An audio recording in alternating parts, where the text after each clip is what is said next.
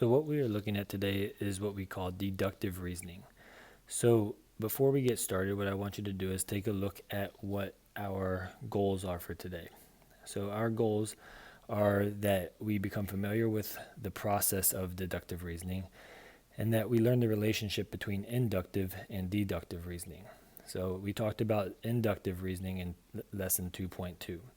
So before I go over this, I'd like for you to pause the video and do the launch activity. So go ahead and pause the video now. So for the launch activity, the first question says, solve 2 times x minus 15 equals 30, and then write a justification for each step. So there is more than one way to do this problem. I'm going to do it one way. You may have done it another, so feel free to go back and try to find the second way if you did it the same way I did. So we have 2 times x minus 15 equals 30. So the first thing I'm going to do is I'm going to divide by 2. Okay, so what I get is I have x minus 15 equals 15. My reasoning for being able to do that is that I can divide both sides by 2.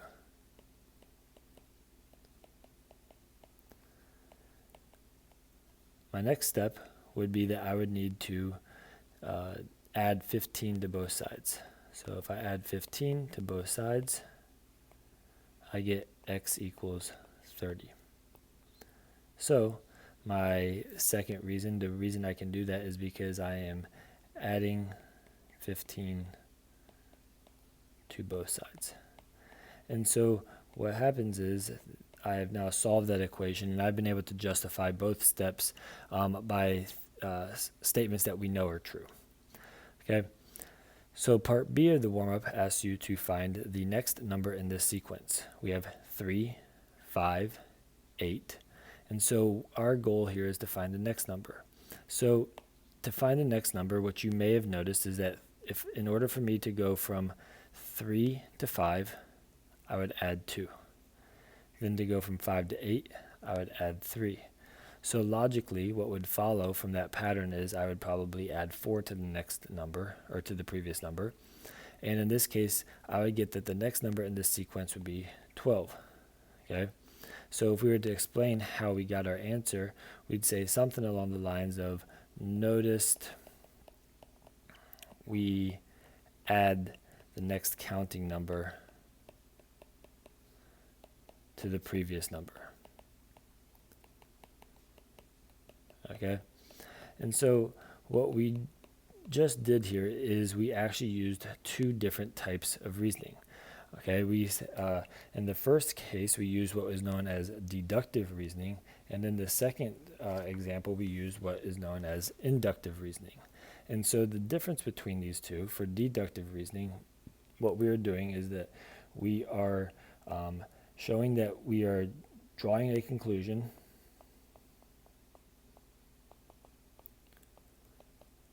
based on, or drawing a conclusion where we are explaining why it's true. Explaining why our conclusion is true. Whereas in inductive reasoning, what we are doing is we're making a conjecture. We're not explaining it. We're making a conjecture based on a pattern. Okay? So again, what's the important thing here to notice is that deductive reasoning is based on facts, things that we know are true, and then inductive reasoning is based on our observations. Okay? So we've talked about what inductive reasoning is, and so today we're going to look at what deductive reasoning is. So some examples of inductive reasoning are, you may have noticed that days are longer in the summer, so you can conclude that if the days are getting longer that you're moving into the summer, or that mosquitoes may appear after a summer rain. So your conjecture there, it might be after those observations that you can expect there to be more mosquitoes after it rains in the summer. So these are made based off a process of discovery.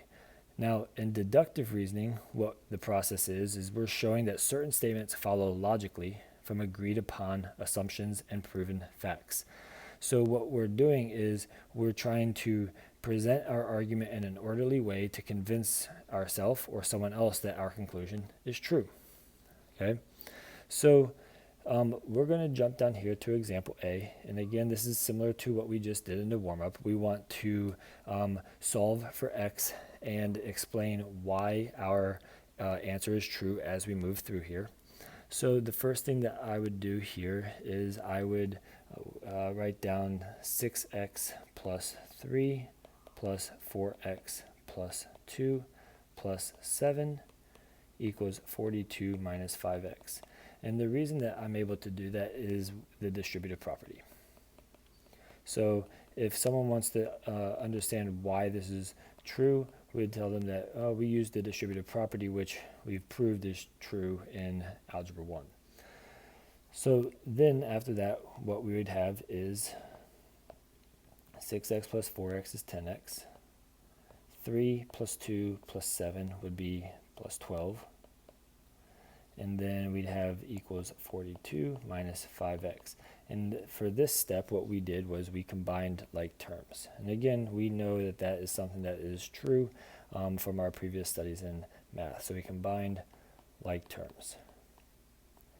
After that, we are going to get like terms on the same side. So I would subtract 12, and we would have 10x equals 30 minus 5x. So we there subtract 12 from both sides. The next step that you probably see coming is we add 5x to both sides. So now we have 15x equals 30. So add 5x both sides. And finally, the last thing that we would do is we would divide by 15 on both sides. And we would get x equals 2. So we would divide by 15 on both sides. Okay. And so these steps that we presented logically prove that our answer is true. And so that is, in a sense, the idea of deductive reasoning. We're using things that we know are true to convince other people that our solution here, x equals 2, is a true statement for this problem. Okay. Now, in geometry, we're not necessarily going to use it to write down our steps for solving equations for x. So we're going to use both kinds of reasoning here in this next problem. Inductive reasoning to discover the property, and deductive reasoning to explain why it works. So I want us to take an example or a look at these three angles. So we have three obtuse angles. So in each diagram, you have AC bisects BAD. So AC bisects BAD. You have AC bisecting BAD here, and the same thing in this third picture. You have BAD, which is an obtuse angle, and it is bisecting, AC is bisecting each of these obtuse angles.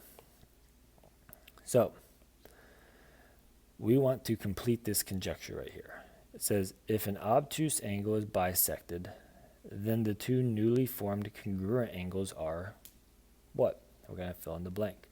So take a second to remember what a angle bisector does. An angle bisector divides an angle into two equal pieces. So if AC is bisecting BAD and BAD is 120 degrees, what we know is that angle BAC would be 60 degrees, angle CAD would be 60 degrees. If we take a look at this next angle, BAD, if it's bisected by AC, we have 158 divided by 2, which would give us 79 degrees and 79 degrees. So both those angles are 79 degrees. And finally, if we have angle BAD being bisected by AD here, if BAD is 92 degrees and we divide it in half, that would give us 46 degrees.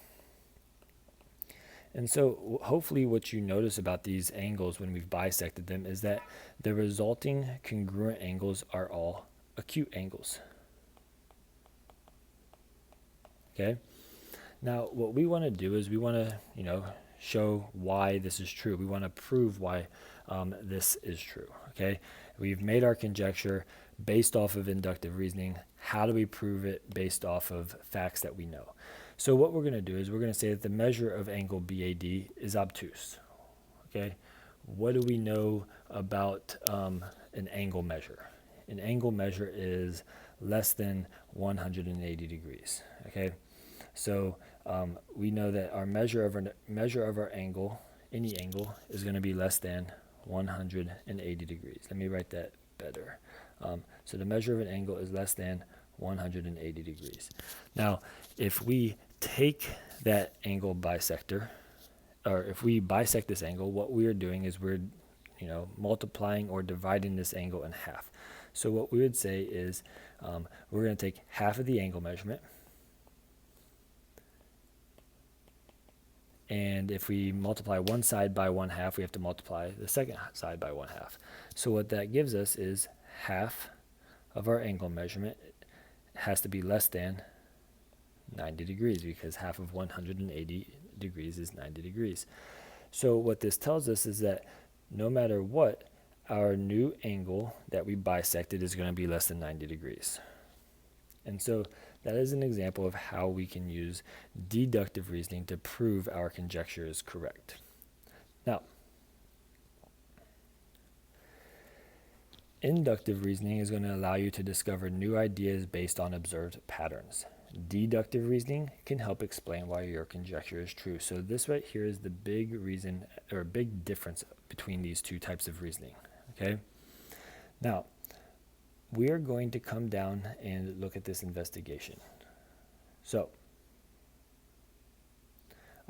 what we're going to see here in this investigation is that inductive reasoning and deductive reasoning work very well together.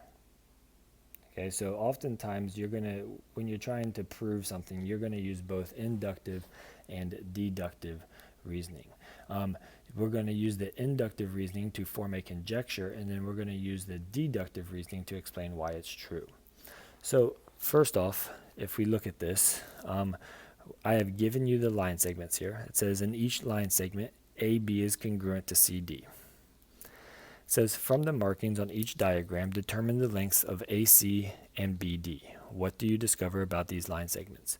So for AC, if we look at this first line segment over here, we would see that AC would be equivalent to 25 centimeters plus 75 centimeters, which is 100 centimeters. So AC is equal to 100 centimeters.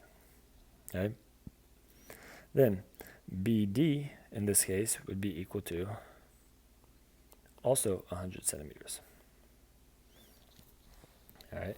And then if we look at this other line segment over here, we would have AC is equal to 116 centimeters, and BD is equal to 116 centimeters. So what do you notice about these segments? You should obviously notice that they are equal, okay?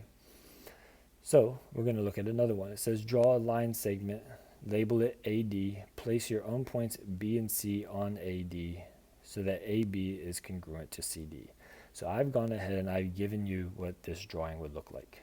Okay, so we have our line segment right here, and we want to measure AC and BD. So first of all, we can say that that we can put some numbers on here. So let's say AB is 4. That would make CD 4, and then let's say BC is 2. Or okay, let's take that back. Let's say that BC is equal to 1. Okay, so what we have here, if we were to measure these, we'd have AC is equal to 5 and BD is equal to 5. And again, what you should notice about these line segments is that these line segments, their lengths are the same. So we have this conjecture down here. All right, the conjecture says if AD, let me highlight this. So if AD has points A, B, C, and D in that order, with AB congruent to CD, then what could we say are true? And what we can say here is that the overlapping segments AC and BD are congruent. Okay? And this actually has a name. It's called the overlapping segments conjecture. All right?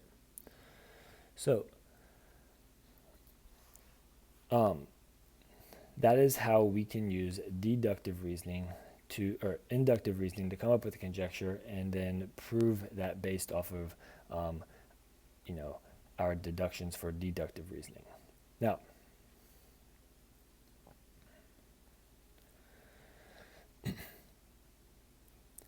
let's jump down to our summary question here.